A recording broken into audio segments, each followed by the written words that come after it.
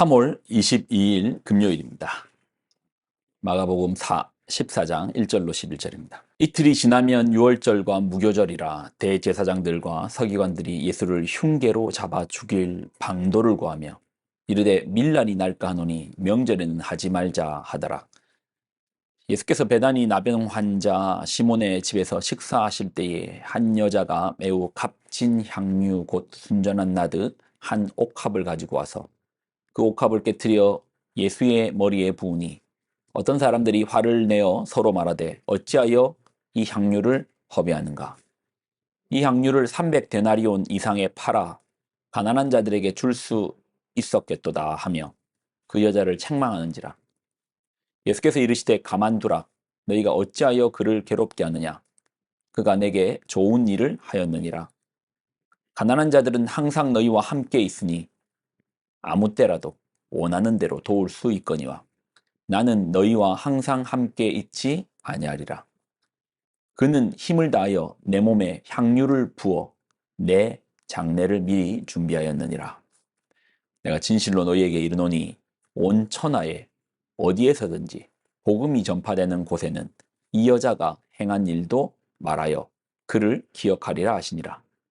12 중에 하나인 가룟 유다가 예수를 넘겨주려고 대제사장들에게 가매 그들이 듣고 기뻐하여 돈을 주기로 약속하니 유다가 예수를 어떻게 넘겨줄까 하고 그 기회를 찾더라. 아멘. 기도하겠습니다. 하나님 주시는 하나님의 말씀을 붙듭니다. 예수님의 십자가를 깊이 바라봅니다. 그 십자가 속에서 나를 발견하고 우리의 갈 길도 발견하게 하여 주옵소서. 영광을 드립니다. 예수님의 이름으로 기도드립나이다. 아멘. 오늘 본문은 예수님의 장례에 대한 이야기가 나옵니다. 그는 힘을 다하여 내 몸에 향유를 부어 내 장례를 미리 준비하였느니라. 근데 이 여인은 결코 예수님의 장례를 위하여 향유를 붓지는 않았을 것입니다. 그러나 그 향유가 의미하는 것이 예수님은 그 향유의 의미를 내 장례를 미리 준비하였다. 변화산에서도 모세와 엘리야와 또 예수님과 또 그 자리에 하나님도 같이 계셨죠. 그 자리 가운데 예수님의 별세에 대해서 십자가 지심에 대해서 이야기가 나왔습니다.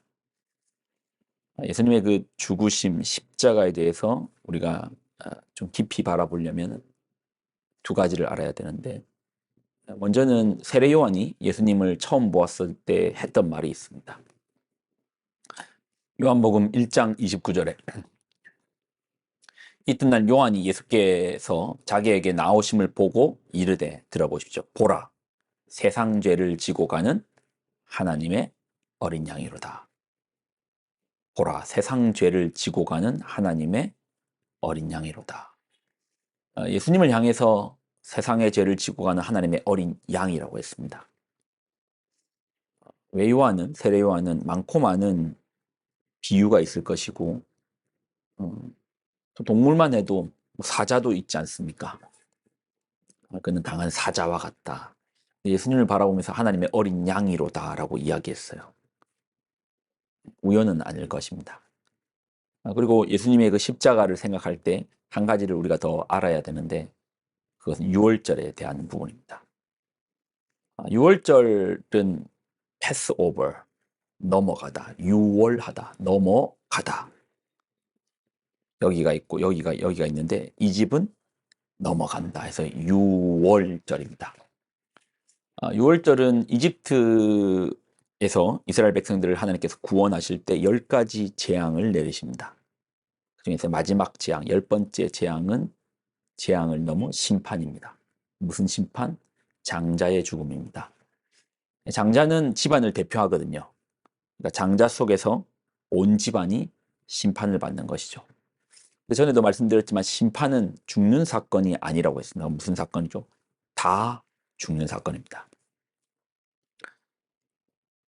장자의 심판, 온 가족이 장자를 대표해서 이제 죽는 그 심판 속에서 물어보겠습니다. 이스라엘만, 아니, 이집트만 심판을 받을까요? 이집트의 장자들만 죽음을 당합니까? 아니요. 이스라엘의 장자도 죽임을 당합니다. 심판은 다 죽는 사건이라고 했잖아요. 그러니 이집트뿐만 아니라 이스라엘에게도 장자의 죽음의 그림자는 드리우게 될 것입니다. 그런데 이스라엘 땅에는 심판이 내리지 않았습니다. 엄밀히 말하면 심판은 왔는데 넘어갔습니다. 유월되었습니다. 패스 오버 되었습니다. 왜요? 집집마다 문에 피를 발랐습니다. 어린 양의 피를 문의 문설주에 새빨갛게 그 피를 발랐습니다. 왜 발랐습니까? 심판하는 자가 심판을 주기 위해 올 때 집문에 피가 발린 것을 보거든, 아, 이 집에는 이미 죽음이 임했구나. 이미 이 집에는 누군가가 죽었구나. 대신 죽었구나. 대속의 죽음이 있었구나. 이미 죽었구나. 그러니 넘어가자라는 겁니다. 이미 죽음이 있으니 넘어가자. 그 피를 보면 그 집은 이미 심판을 받았기에, 죽음이 임했기에 넘어갑니다.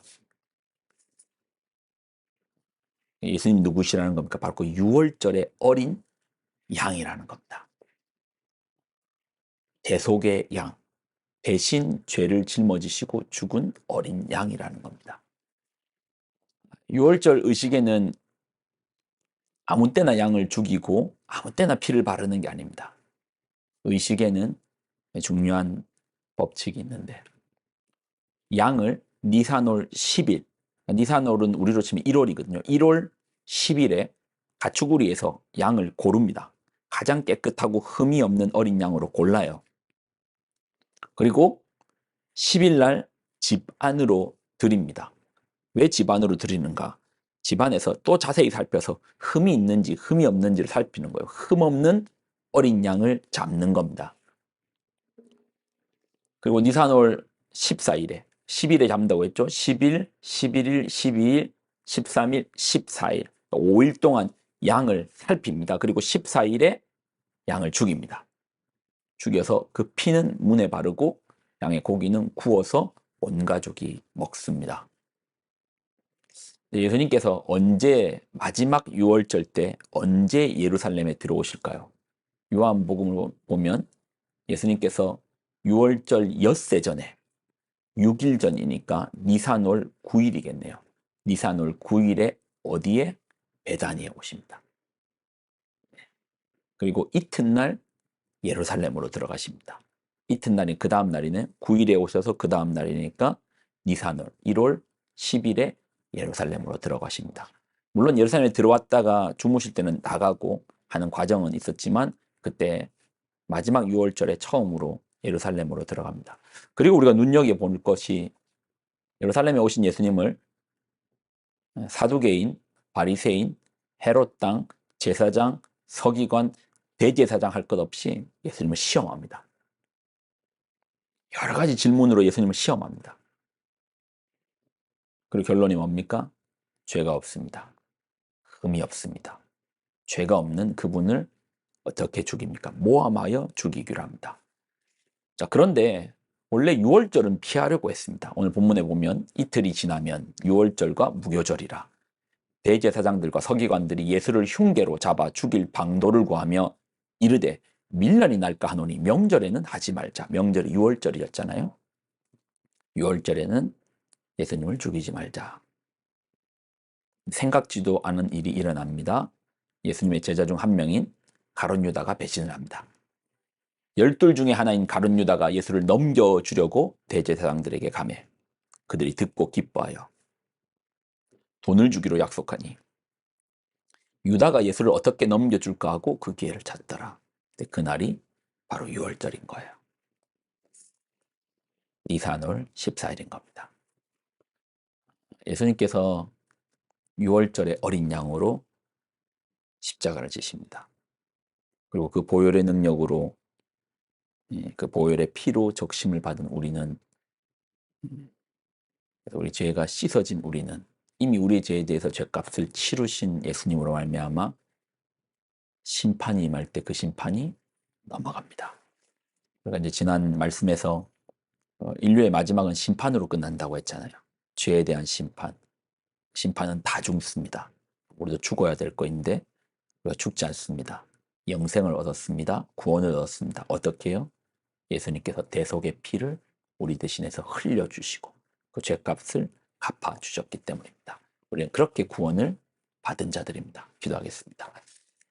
하나님, 우리에게 구원을 주시기 위하여 독생자를 아끼지 아니하셨습니다. 그렇다면 우리는 그런 사랑받는 자입니다. 독생자의 생명의 가치보다도 귀히 여겼던 사랑받는 자입니다. 오늘 한 날도 내가 누구인가, 십자가를 통해서 내가 누구인가가 발견되어 그 사랑받는 그 충만함이 넘치게 하여 주옵소서. 그리고 그 사랑 나누게 하여 주옵소서. 영광을 드립니다. 예수님의 이름으로 기도드립나이다. 아멘.